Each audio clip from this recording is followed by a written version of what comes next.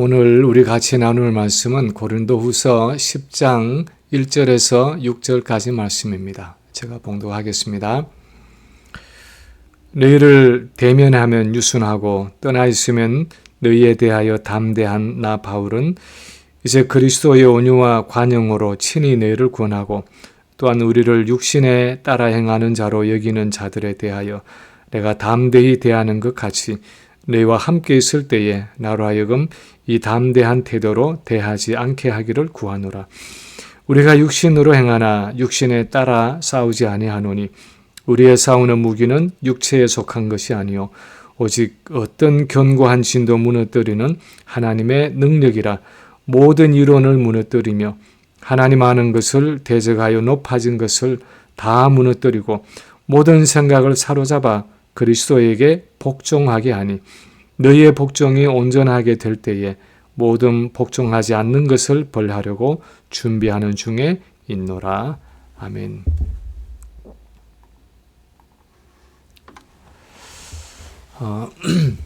약 1000여 명을 대상으로 사람이 늙어가는 과정을 1950년대 말부터 수십 년간 추적하고 관찰한 미국 국립노화연구소가 한 연구에 따르면 사람이 늙어도 거의 변하지 않는 두 가지가 있는데 그 중에 하나는 사람의 목소리라고 합니다. 젊었을 때 헤어진 친구나 연인이 40-50년이 지난 어느 날 갑자기 전화를 걸어와도 바로 알아들을 수 있을 정도로 나이가 들어도 목소리는 거의 변하지 않는다고 합니다. 그리고 또 한 가지 변하지 않는 것은 사람의 성격이라고 말하고 있습니다. 3살 버릇이 8까지 간다 하는 우리 한국 속담이 있듯이 성격 혹은 조금 더 폭을 넓혀서 기질이나 성품이라는 것은 좀처럼 변하지 않는다고 말합니다. 근데 사실 우리 주변을 관찰해 봐도 사람은 그렇게 쉽게 변하지 않는다 하는 것을 발견할 때가 많습니다.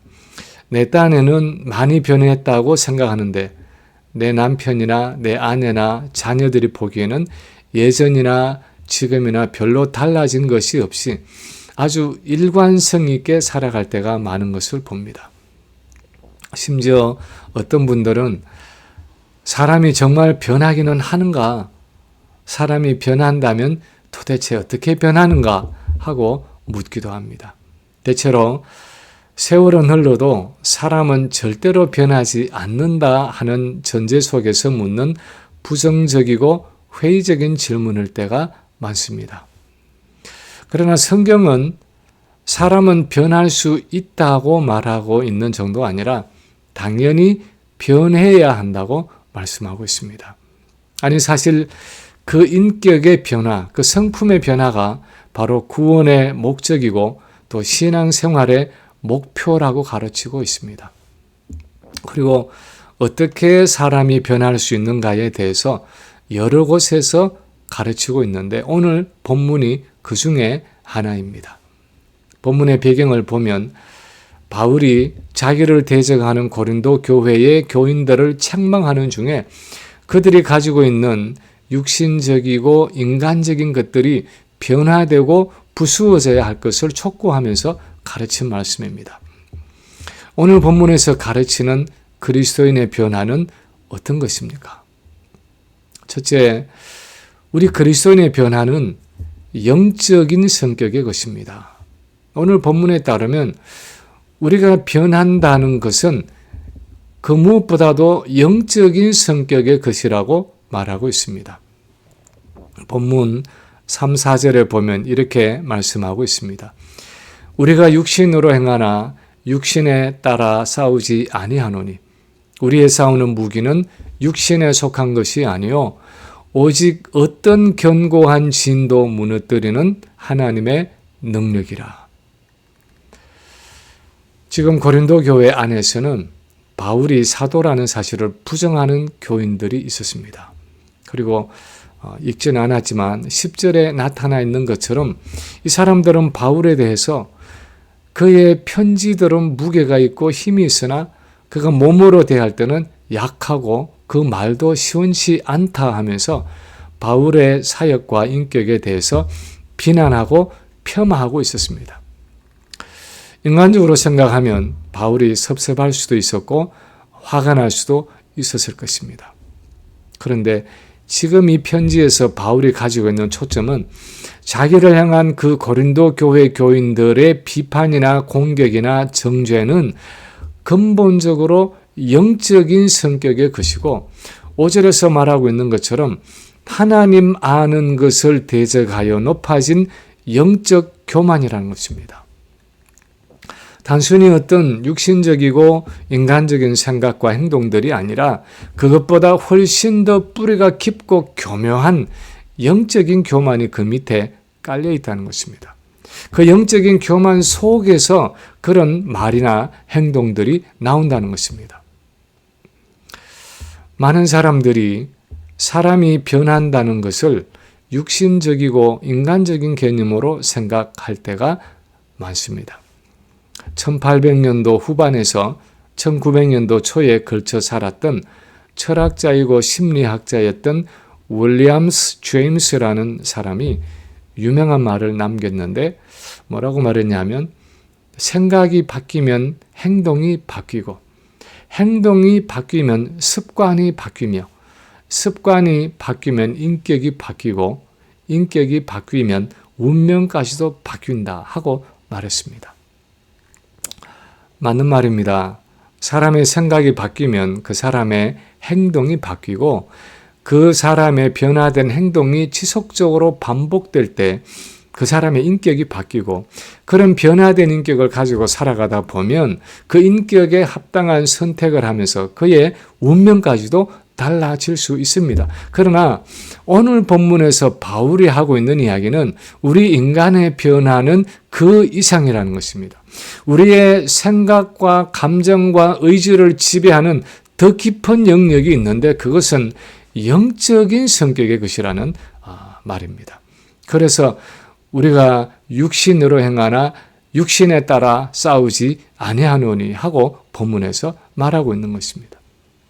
예를 들어서 무릇 지킬 만한 것보다 마음을 지키라 생명의 근원이 이에서 남이니라 하고 잠언에서 말씀할 때 그 마음이라는 것은 영적인 생명의 근원으로서 그 마음에서 생각이 나오고 우리 인격의 중심인 그 마음이 우리의 생각과 습관과 인격을 결정짓는다는 것입니다. 그런데 우리의 문제는 예레미야 17장 9절에서 말씀하는 것처럼 네 마음은 만물보다 거짓되고 심히 부패하다는 것입니다. 그래서 창세기 6장 5절에서 하나님은 인간의 마음으로 생각하는 모든 계획이 항상 악할 뿐임을 보시고 하고 말씀하셨고 8장 21절에서는 사람의 마음이 계획하는 바가 어려서부터 악함이라 하고 말씀하셨습니다. 그것을 오늘 본문 5절에서 바울은 하나님 아는 것을 대적하여 높아진 것, 다시 말하면 영적인 교만이라고 부르고 있습니다. 우리가 내 자신이든지 남이든지 사람의 변화를 논할 때 제일 먼저 생각해야 하는 것은 인격의 중심이 되는 사람의 마음인데 그 마음이 하나님을 향하여 높아져 있고 하나님을 대적하고 있느냐 아니면 그 사람의 마음이 하나님 앞에서 낮아져 있고 하나님께 순복하고 있느냐 하는 마음의 문제라는 것입니다. 그런 면에서 그것은 영적인 문제이고 영적인 해결책이 필요하다는 것입니다. 예수님이 말씀을 통해서 끊임없이 도전하셨지만 그 당시 바리새인들이나 유대인들이 깨닫지 못했던 것이 바로 그것이었습니다. 바리새인들은 겉을 깨끗하게 하면 속도 깨끗해질 것이라고 생각했습니다.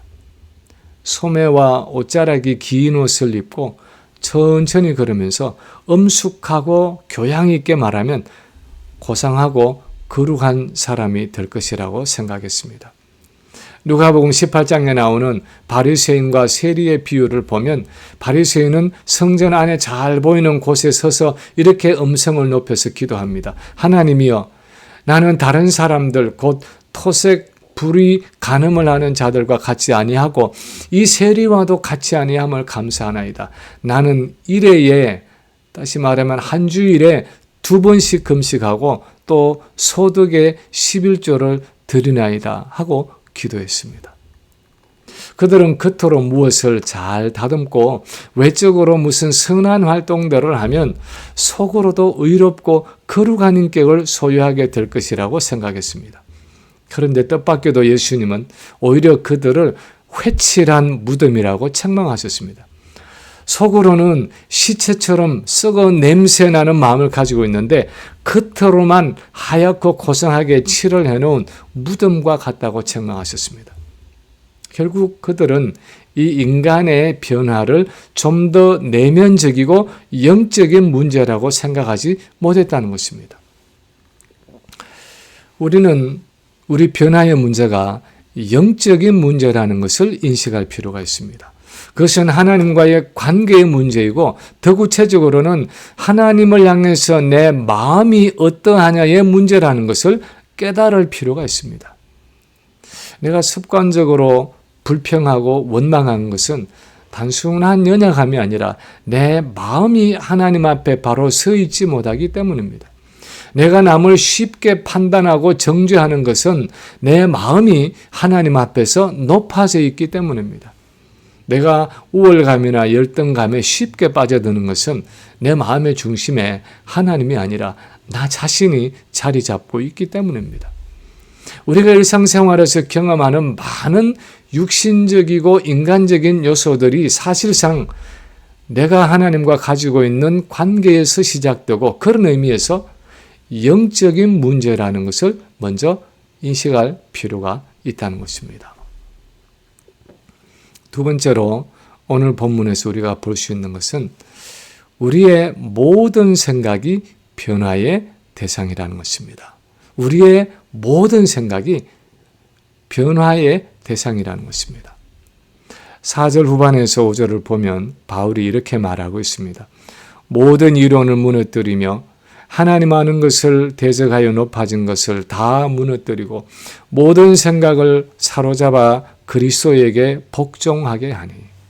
여기서 모든 이론, 하나님 아는 것을 대적하여 높아진 것, 그리고 모든 생각하는 용어들은 모두가 다 하나님을 대적하는 육신적이고 인간적인 생각과 논리와 철학과 가치관을 의미하는 말입니다. 다시 말하면 하나님을 대적하여 높아진 교만한 마음에서부터 많은 종류의 죄악된 생각들과 이론들과 가치관이 나온다는 것입니다. 예를 들어서 창세기 11장에 보면 홍수 후에 사람들이 시날 평지에 모여 살게 되었을 때 그들의 마음이 높아져서 서로에게 이렇게 말합니다. 자, 벽돌을 만들어 견고히 굽자. 그리고 성읍과 탑을 건설하여 그 탑 꼭대기를 하늘에 닿게 하여 우리 이름을 내고 온 지면에 흩어짐을 면하자. 하나님을 대적해서 마음이 높아졌을 때 그들은 성읍과 탑을 건설해서 하나님이 계신 곳까지 한번 올라가 보고 생육하고 번성하여 땅에 충만하라고 하나님은 말했지만 우리는 똘똘 뭉쳐서 지면에 흩어지지 말고 우리 이름을 한번 내어보자 하고는 하나님을 대적하는 생각과 말과 문화와 문명을 건설하기 시작했습니다. 그래서 하나님이 인간의 언어를 혼잡하게 해서 그들을 지면으로 흩으셨지만 하나님을 대적하는 인간의 문화와 문명은 오늘날까지 계속되고 있습니다. 그런데 우리 개인적인 차원에서도 그것은 마찬가지입니다.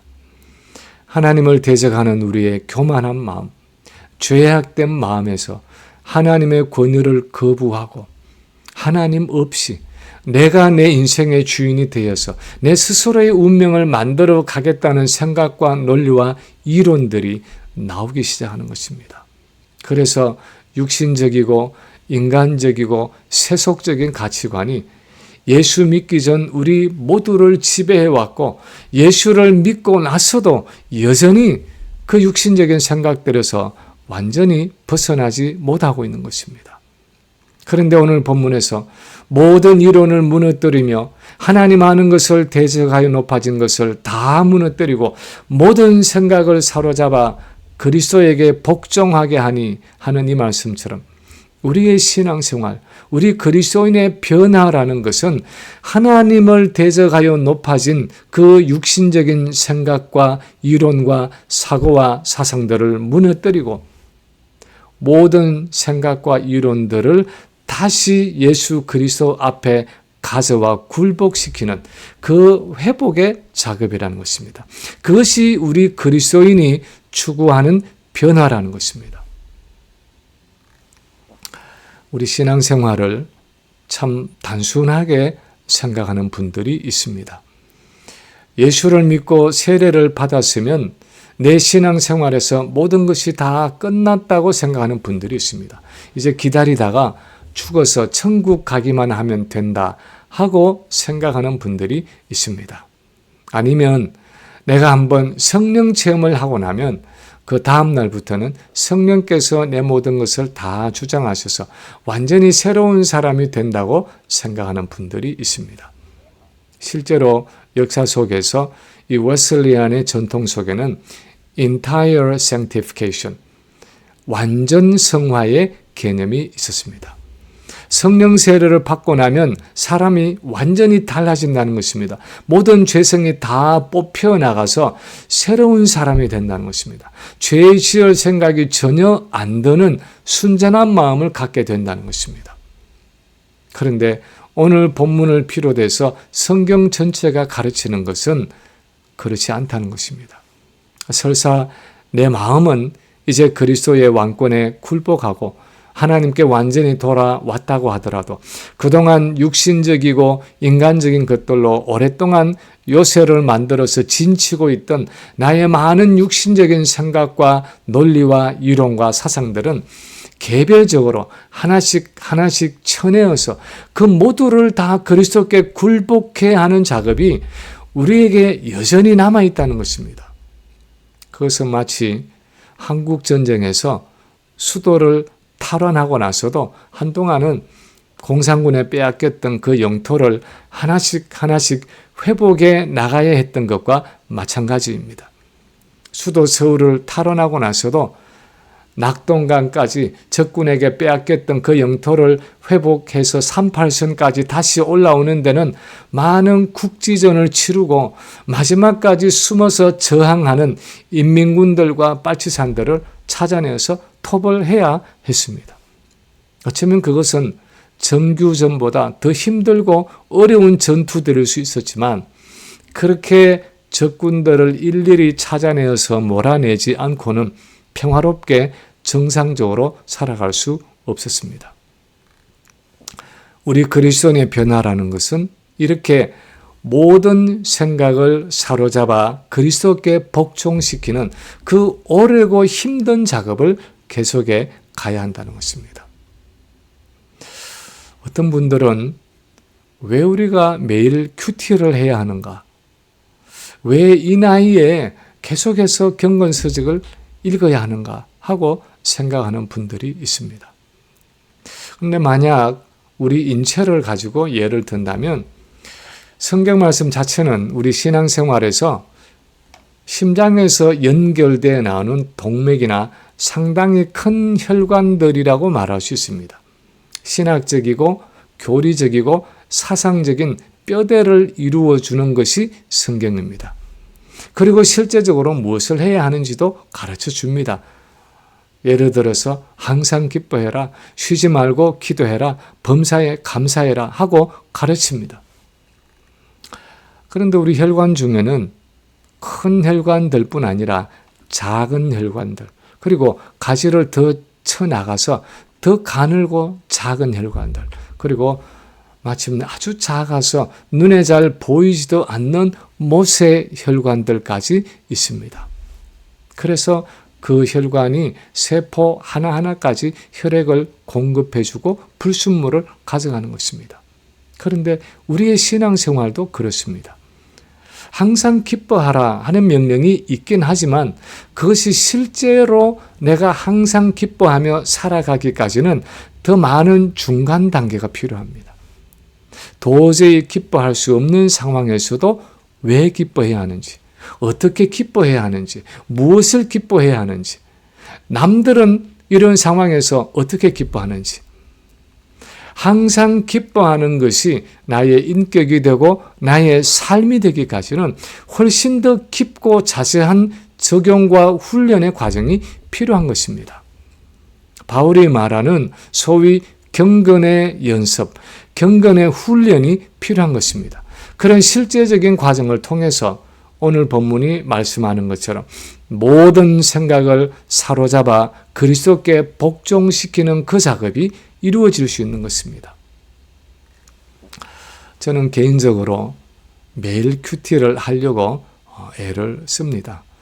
그리고 바쁘지만 하루에 한 30분이라도 경건서적을 읽으려고 애를 씁니다. 그것이 어떤 책이든 기독교 경건서적을 읽으면 성경이나 신학서적을 읽을 때와는 또 다른 어떤 것들을 얻습니다. 근데 그럴 때마다, 그 책을 읽을 때마다 어떤 것들을 느끼느냐 하면 저 자신이 얼마나 추상적이고 이론적인 신앙을 가지고 살아가고 있는가 하는 것을 느낄 때가 많습니다. 어떤 교리나 사상에 대해서 다른 사람들이 실제 생활에서 그것을 어떻게 적용하고 살아가고 경험했는가 하는 것을 아는 것은 그 성경의 말씀을 내 현재의 삶의 현장에 어떻게 적용하며 살아가야 하는지를 아는데 많은 도움이 된다는 것을 경험합니다. 본문은 이렇게 하나님을 대해서 높아진 나의 육신적이고 인간적이고 세속적인 생각과 이론과 논리와 삶의 습관들을 하나씩 벗어버리고 회개하고 고침으로 내 모든 생각들을 그리스도께 가져와 복종시켜야 할 것을 명령하고 있습니다. 세 번째, 오늘 본문이 또한 말씀하는 것은 우리의 변화는 하나님에 대한 온전한 순종을 목표로 한다는 것입니다. 우리 변화는 하나님께 대한 온전한 순종을 목표로 합니다. 오늘 본문 5절과 6절에 보면 바울이 이렇게 말합니다. 하나님 아는 것을 대적하여 높아진 것을 다 무너뜨리고 모든 생각을 사로잡아 그리스도에게 복종하게 하니 너희의 복종이 온전하게 될 때에 모든 복종하지 않는 것을 벌하려고 준비하는 중에 있노라.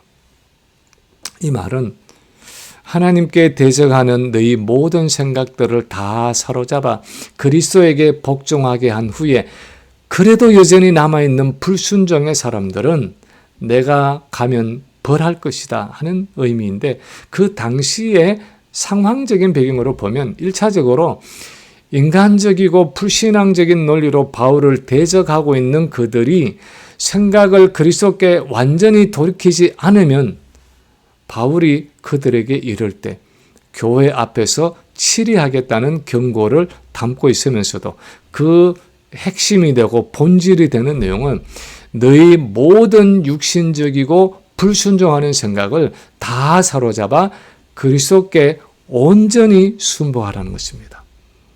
예수 그리스도에 대한 온전한 순종이 이 본문에서 바울의 핵심입니다.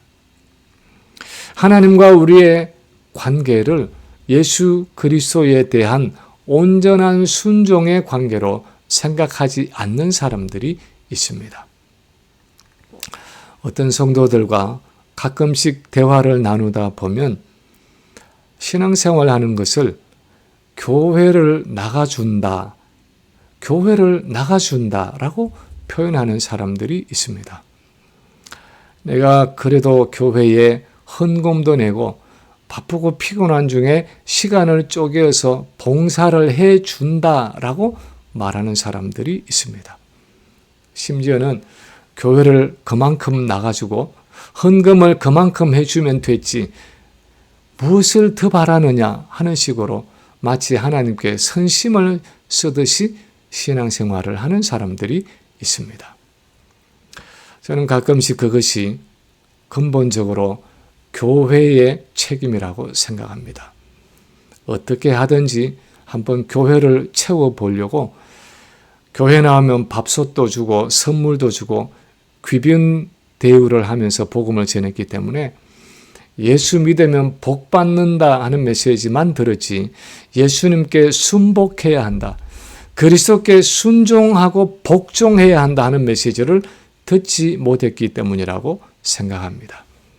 이렇게 신앙생활을 시작한 사람들의 특징은 내 방식대로 신앙생활을 하는 것입니다. 사사기의 표현대로 하면 내 소견에 옳은 대로 신앙생활을 하는 것입니다. 내중심적인 신앙생활을 하는 것입니다. 내 위주의 편리한 신앙생활을 하는 것입니다. 그래서 내 마음에 들면 순종하지만 그렇지 않으면 내 이해 타산에 맞지 않으면 절대로 순종하지 않습니다. 그래서 정말 변해야 하는 부분, 내 자아가 부수어지고 자기 부인이 이루어지고 내가 죽어야 하는 그 부분에 있어서는 절대로 꺾어지지 않는 것입니다. 그런데 사실 우리가 믿고 우리가 전하는 복음의 핵심은 그 무엇보다도 온전한 순종입니다. 만약 그것이 빠진다면, 복음에서 순종이라는 요소가 빠진다면 사실상 천국도 영생도 없는 것입니다. 우리가 천국 가서 영원히 산다는 것은 천국에 가서 하나님 앞에서 영원토록 순종의 삶을 살아간다는 것을 의미하기 때문입니다. 첫사람 아담이 순종에 실패했기 때문에 그것을 만회하기 위해서 둘째 아담 예수 그리스도가 오셔서 우리를 위해서 이루신 그 전폭적인 순종의 삶, 그것이 바로 우리 구원이기 때문입니다. 이 전폭적인 순종의 삶을 위해서 우리의 모든 육신적이고 인간적인 생각을 다 사로잡아서 그리스도께 복종시키라는 것입니다. 돌아가신 고 오카는 목사님이 한 20년 전에 한국의 교회갱신협의회 수련회에서 설교를 하셨는데 그 제목을 표준을 낮게 잡으면 망한다 하고 붙였습니다. 표준을 낮게 잡으면 망한다. 고린도전서 11장 1절에 내가 그리스도를 본받는 자가 된 것 같이 너희는 나를 본받는 자가 되라 하는 이 말씀을 본문으로 전한 그 설교의 핵심은 우리 한국교회가 많은 부분에서 어려움에 처하게 된 것은 처음부터 신앙의 표준을 너무 낮게 잡았기 때문이라는 것입니다. 바울이 예수 그리스도를 본받는 것을 신앙의 표준으로 삼고 그 목표를 향해서 달려갔던 것처럼 모든 성도들이 예수 그리스도를 닮는 것을 우리 신앙의 표준과 목표로 삼아야 하는데 많은 교회들이 그냥 예수 믿고 천국 가는 것을 신앙의 목표로 가르쳤다는 것입니다. 예수 그리스도를 내 신앙의 목표와 기준으로 삼고 그분을 본받는다는 것이 무엇을 의미합니까?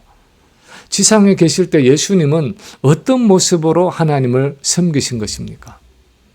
예수님의 삶의 특징은 전폭적인 사랑의 순종이었습니다.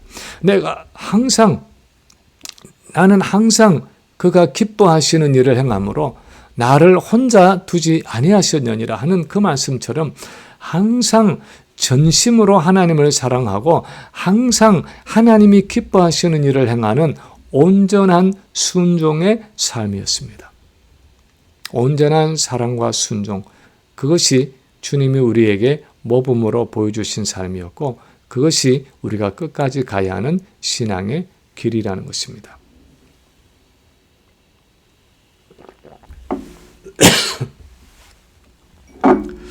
저는 개인적으로 오래전부터 이 필라 지역에서 보고 싶었던 나름대로의 꿈이 있는데 그것은 이 지역에 기독교 서적 라이브러리를 보는 것이었습니다. 기독교 서적 도서관이 서는 것을 보는 것이었습니다.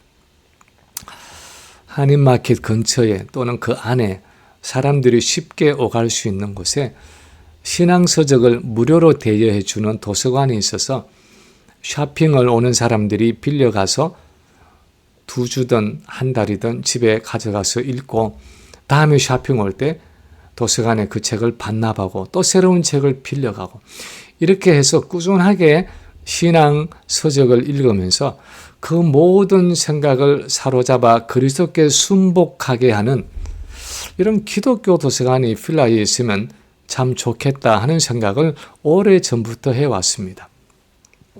어떤 큰 교회가 좀 앞장서서 그 일을 할 수 있으면 참 좋겠다 생각을 해왔는데 아직도 이루어지지 못한 꿈으로 남아 있습니다. 이야기를 어떤 분에게 했더니 그분은 당장 그렇게 댓글했습니다. 우리가 이 모두가 다 셀폰을 쳐다보고 사는 요즘 같은 세상에 누가 책을 읽는다고 도서관을 만드느냐고 아주 회의적인 반응을 보였습니다. 그렇지만 바로 이렇게 책을 읽지 않는 시대이기 때문에 더더욱이 그런 도서관이 필요하고 더더욱이 신앙 서적을 읽어야 하는 것입니다. 설사 그런 도서관이 없다고 해도 교회 도서실에서 책을 빌려서라도 우리는 날마다 내 모든 생각을 다 사로잡아 그리스도께 복종시키고 더욱 온전한 순종의 삶을 살아갈 수 있도록 최선의 노력을 기울여야 하는 것입니다. 한국교회가 낳은 위대한 신앙의 인물 중에 최봉석 목사님이라는 분이 있습니다. 아마 우리에게는 예수천당 불신지옥 하는 전도로 잘 알려진 최건능 목사님이 바로 그 목사님입니다. 이 목사님이 신사참배를 거부하다가 일본 경찰에 잡혀가서 여러 가지 고문을 당하게 되었습니다.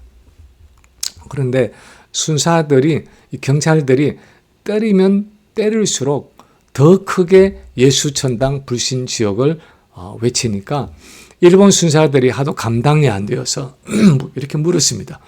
당신은 왜 맞으면 맞을수록 더 크게 예수 이름을 외치느냐? 그렇게 물었을 때 이 목사님이 이렇게 대답했다고 합니다.